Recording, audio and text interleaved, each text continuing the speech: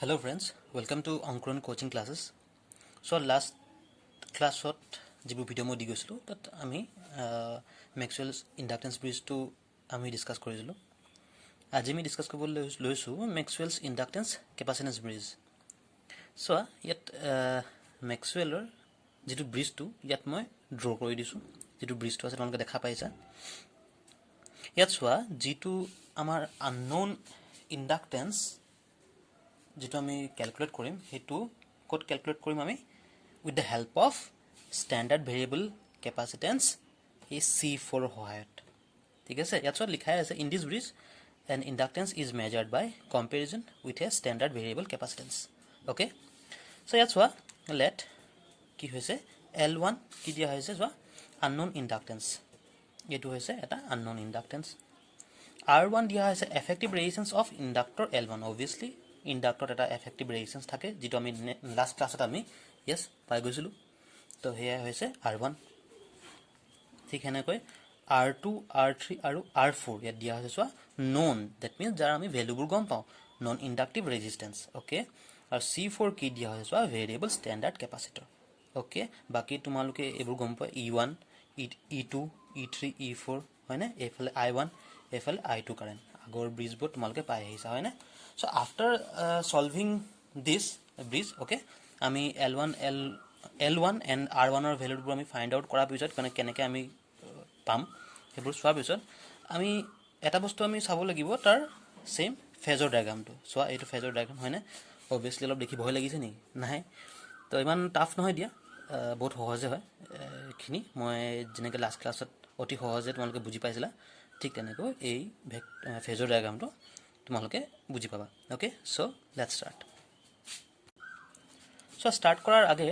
মই এটা কনসেপ্ট তোমালোকক দিব বিচাৰিছো দেই তোমালোকে ECN electrical circuit network basic electrical engineering and network theory এনেকুৱাবোৰ সাবজেক্টত তোমালোকৰ এই কনসেপ্টটো বিশেষকৈ ক্লিয়াৰ হৈ যাব লাগে সো ইয়াত সোৱা মই কথাটো কৈ দিছো তথাপিও যেহেতু তোমালোকে ব্ৰিজটো বুজি পাব লাগিব অলপ কনসেপ্টটো ক্লিয়াৰ লাগিব তো তাৰ কাৰণে মই কথাটো কৈ দিছো ইয়াত সোৱা ইয়াত আছে C4 জাস্ট এটা হেইৰা দিছো তোমালোকক এক্সাম্পল এটা দি কিনে মই দেখাইছো তা সহজে বুজি পাব সিম্পল C4 নামৰ ক্যাপাসিটৰ এটা আছে তাৰ লগত প্যাৰালেলি R4 নামৰ এটা ৰেজিস্টৰ এটা আছে ওকে আৰু কেনেকৈ আছে প্যাৰালেল ওকে ইয়াৰ যদি মই ঠিক আছে টোটাল ইম্পিডেন্স মত পৰিছে না আমি এসি ক্ষেত্ৰত আমি কি বুলি কওঁ ইম্পিডেন্স তো যেটো আমাৰ ইকুইভ্যালেন্ট ইম্পিডেন্সটো আছে হেতু যদি মই ক্যালকুলেট কৰিব কাৰণে যাওঁ তো তা হেতু মই কেনেকৈ ক্যালকুলেট কৰিম তো ইয়াত সোৱা তোমালোকে জানা ৰেজিস্ট্যান্স আমি কেনেকৈ ক্যালকুলেট কৰো যেনেকৈ ধৰিলা প্যাৰালেলি যদি ৰেজিস্ট্যান্স থাকে হয়নে 1 বাই R ইকুইভ্যালেন্ট এনেকৈ লিখিলো ঠিক তেনেকৈ এটো লিখি লৈছো ইয়াত সোৱা 1 বাই R4 আছে তো ইয়াত হেতু হিচাপে 1 বাই R4 দিলু প্লাস ইয়াত সোৱা ইয়াত R4 মানে resistance quantity আছে নেকি নাই that means only purely capacitive quantity to আছে হয়নে তো that is why মই ইয়াত দিম -jxc4 remember this okay এটো আমি কারণ because সোৱা তোমালোকে হেতু জানা ন যেতিয়া কি বুলি কয় ইম্পিডেন্স ট্ৰায়াঙ্গলটো তোমালোকে পঢ়িছা হয়নে সো ইম্পিডেন্স ট্ৰায়াঙ্গল তোমালোকে যদি সোৱা তাত তোমালোকৰ এই কনসেপ্টটো তোমালোক ক্লিয়াৰ হৈ যাব ঠিক আছে সো ইয়াৰ পৰা আৰম্ভ কৰিছো ইয়াত সোৱা 1 by sorry to R4 hobo R4 হয়নে R4 right তো R4 1 by R4 plus ইয়াত সোৱা 1 er value মই জানো j to the power মই 4 লিখিব পাৰো তো that is why লিখি দিলো okay 1 er value j to the power 4 so a2 আৰু a2 কথা কৰি গল কিমান থাকিব j to the power 3 তো ইয়াতে সোৱা 1 by R4 minus j to the power 3 okay xc4 so আকৌ লিখিছো 1 by R4 আৰু ইয়াত সোৱা মই জানো j square er value কিমান হয় j square er value হয় -1 হয়নে হেতু আমি গম পাও that is why j square যদি মই ল তো মাইনাস হ'ব মাইনাস প্লাস হৈ গল then only j আৰু এফালে x to the power 4 থাকিলে ওকে ইয়াকে সা আৰু যদি মই সলভ কৰো ন কি হ'ব r4 এনেকে গল হয় না ইয়াত যাব xc4 রাইট ইয়াত xc4 মাল্টিপ্লাই 1 ৰ লগত তো xc4 c4 ওকে এটো c4 হয় আৰু প্লাস j r4 ওকে আকৌ যেতিয়া মই আৰু সলভ কৰিব কাৰণে যাও তো z4 এটো মই মানে কি কইলো ৰিভাৰ্স কইলো এটো মই তো z4 r4 xc4 বাকি খিনি গম পাইছে সেম তেনেকে ইয়াত মই কব লাগিছো ইয়াত কি কইলো মই বোথ সাইড মই কি হে ডিভাইড কইলো আপার আৰু লোৱাৰ পাৰ্টটো মই ডিভাইড কৰিলো xc4 এ তো যদি তুমি xc4 ডিভাইড কৰা এটো গল থাকিলে এয়া গ'ল থাকিলে আৰু ইয়াৰ তলত xc4 আহিব দ্যাট ইজ ওয়াই ইয়াৰ তলত xc4 দিছো হয় না আফটাৰ দ্যাট কি হৈছে r4 আছে 1 আছে প্লাস j আছে ইয়াত চোৱা c যেটা ক্যাপাসিটি xc তেনেকুৱা আছে ক্যাপাসিটেন্স যেটা থাকে তো ইয়াত c4 নিদু মই এটো কাটি দিছো দেই xc এর ভ্যালু হয় 1/omega c তো আমি এটো লিখিব পাৰো নাইবা 1/2/fc 1/omega c লিখিছো দিয়া তো 1/omega c লিখিব পাৰো মই তো এইটোৰ ক্ষেত্ৰত যেটা মই 1/omega c লিখো তো ইয়াত চোৱা তো এটো নহবনে 1/xc যদি মই কওঁ তেনেহলে obviously এটো উলটি যাব omega c হৈ যাব তো দ্যাট ইজ বাই omega আৰু ইয়াত যেহেতু ইয়াত c4 that is by c4 দিলো বাকিখিনি সেম ওকে তো ইয়াত চোৱা ইয়াত মই ব্ৰিজটো মই ড্ৰ কৰি দিছো যেটো অলপ আগে সাৰ্কিট ডায়াগ্ৰামত পাইছিলে এই ব্ৰিজটো আকৌ মই এটা ভালকে ড্ৰ কৰিলো তেতে বুজিবলৈ অলপ সুবিধা হ'ব ইয়াত চোৱা z1 ৰ value r + j omega xl হয় না ওকে সৰি r + j omega l 1 ঠিক হেদৰে z2 চোৱা z2 কিমান হ'ব r2 ৰাইট z3 কিমান হ'ব r3 z4 কিমান হ'ব r4 1/j omega c4 r4 okay তো ইয়াক যেটা মই ব্যালেন্স কন্ডিশনত যাম ন মই পুৰ দেখুৱা হৈছে z1 z4 আগতে কৈ থোৱা হৈছে এটো ৰিপিট নকৰো মই z2 z3 সো ইয়াক যেটা মই সলভ কৰিম ন চাই লোৱা হয় না ভ্যালুবোৰ পুট কৰিলো দেন কি কৰিলো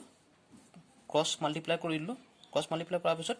এটো হল a পাৰ্টটো ইয়াৰ লগত মাল্টিপ্লাই হৈ গলগে okay after that so r1 r4 ঠিক আছে এয়া হৈ গল দেন আকৌ এয়া হৈ গল দেন এটো মাল্টিপ্লাই কৰি এয়া পাই গলো মই ওকে তো এটা মই কি কৰিলো ইয়াত চোৱা ৰিয়েল আগতে যেনেকৈ দেখা হৈছিল ন এখিনি হৈছে মোৰ কি হৈছে ৰিয়েল পাৰ্ট হয় না ওকে তো ইকুৱেটিং ৰিয়েল পাৰ্ট যেটা মই কৰিলো ইয়াত চোৱা r1 r4 r2 r3 তো ইয়াৰ পৰা মই r1 ৰ ভ্যালু পাই গলো তো যেটা ইকুৱেটিং মই ইমাজিনাৰী পাৰ্ট কৰিম এয়া ন ইমাজিনাৰী পাৰ্টটো তো ইয়াত চোৱা j omega বাদ দিয়া l1 r4 right l1 r4 পালো আৰু এফালে c4 r2 r3 r4 okay পাই গলো তো r4 কাটাকটি গল l1 ৰ ভ্যালু পালো আমি c4 r2 r3 সো এইখিনি আসলে আমাৰ ব্ৰিজৰ ওপৰত হবিশেষ তো এতিয়া আমি যাম ফেজৰ ডায়াগ্ৰামটো ড্ৰ কৰিব কাৰণে ওকে সোয়া এতিয়া ড্ৰ কৰা সময়ত মই লাষ্ট বাৰ যেনেকৈ দেখুৱা হৈছিল ন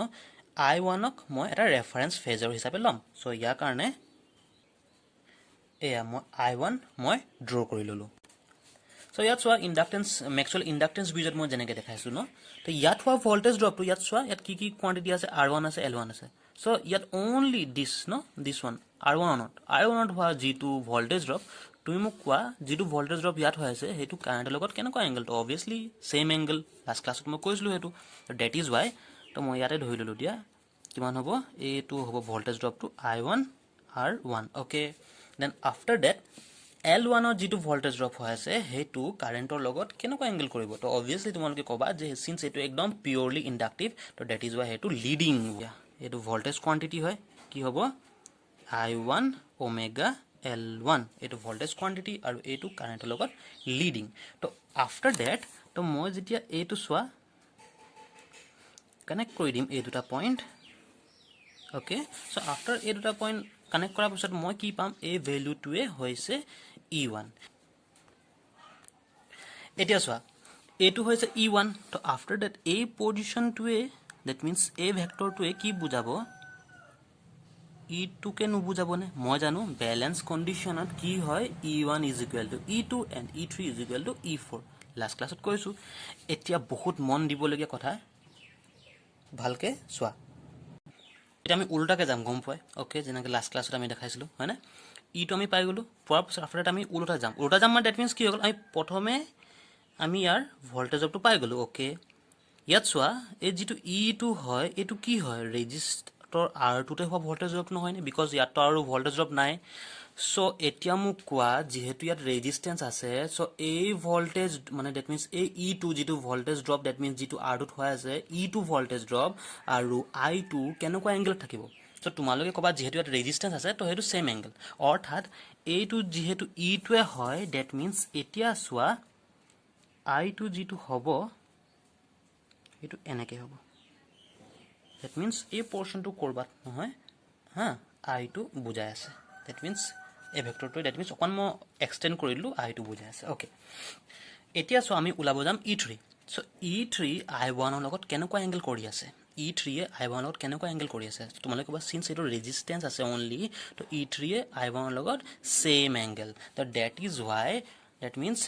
যদি মই ধৰি লৈছো মই কৈছো না এটা আমি যতে ধৰিব পাৰো ধৰি লৈছো মই ইয়াতে আছে দিয়া ওকে তো মই কি কৰিলো এইটো হৈছে মোৰ I1 R3 আৰু এইটো কি বুজাব E3 নহয় নে ভেৰি গুড আকৌ এই E3 টো আকৌ কি বুজাব E4 ওকে সো এতিয়া আকৌ E4 অপশন আমি কি কৰিম আমি আকৌ উলটা যাম মানে কি এটা চোৱা E4 যেটা আমি পাই গলো যেহেতু দ্যাট মিন্স E4 পজিশনটো আৰু ইয়াত চোৱা এটো প্যাৰালেলি আছে দ্যাট ইজ হোৱাই ইয়াত কোন ধৰণৰ ভোল্টেজ মানে চেঞ্জ হোৱা নাই দ্যাট মিন্স ইয়াটো E4 এ হৈ আছে ইয়াটো E4 হৈ আছে বিকজ সিৰিজত তো কোন ধৰণৰ ৰেজিস্ট্যান্স আৰু কেপাসিটেন্স নাই যে ভোল্টেজ ড্ৰপ হ'ব কথাটো বুজি পাইছা কথাটো সো দ্যাট ইজ হোৱাই এই গুটেটোৰ পজিশনত E4 এ হৈ আছে তো দিয়া নহল ৰবা দেই ইয়াত সিন্স এটো প্যাৰালেলি হয় না ইয়াত কারেন্ট দুটা ভাগত ভাগ হৈ যাব ইয়াত নাম দি দিছো মই এটো হৈছে IR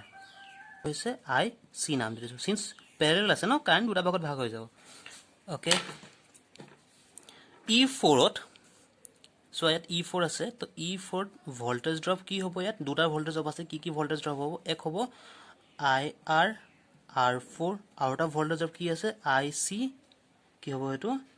IC divided by omega C4 আৰু এই কনসেপ্টটো তোমালোকক অকমান দিয়াৰ আগে মই বুজাই গৈছো দ্যাট ইজ হোৱাই এটো আহিলে এতিয়া খালি সৰু কথা এটা আছে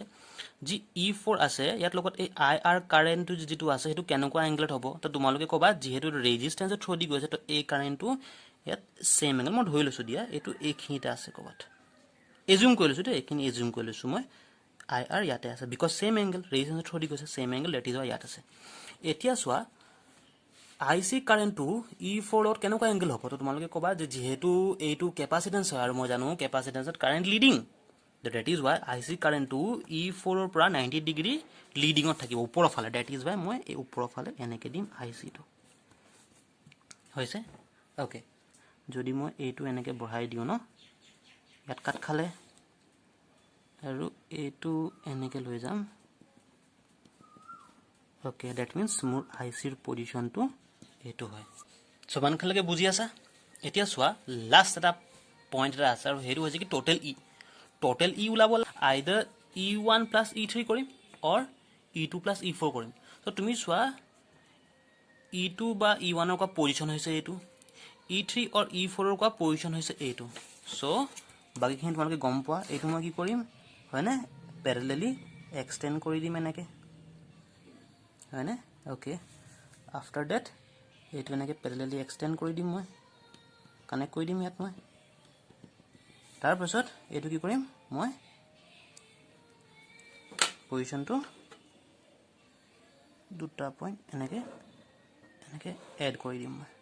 কানেক্ট কৰি দিলো তো এইটো যেটো পজিশন বুজাই থাকিব যেটো ভেক্টৰ বুজাই থাকিব ই এ মোক বুজাব টোটাল ই তো এইটো হৈছিল আমাৰ ফেজৰ ডায়াগ্ৰাম ওকে ম্যাক্সওয়েলছ ইন্ডাকটেন্স ক্যাপাসিটেন্স ব্ৰিজৰ সো আশা কৰিছো তোমালোকে এখিনি বুজি পাইছা আকৌবাৰ লাগিলে ৰিপিট কৰি ভালকে চাই লবা ঠিক আছে এন্ড সিকোয়েন্সে যাবা ঠিক আছে এইকিলা যেটা তোমালোকে ড্ৰ কৰিব কাৰণে যাবা সিকোয়েন্সে যাবা সো একো তেনেকে প্ৰবলেম নোপোৱা সো আজিলে থাকক ইমানে নেক্সট ক্লাছত আকৌ লগ পাম জয় হিন্দ জয় অসম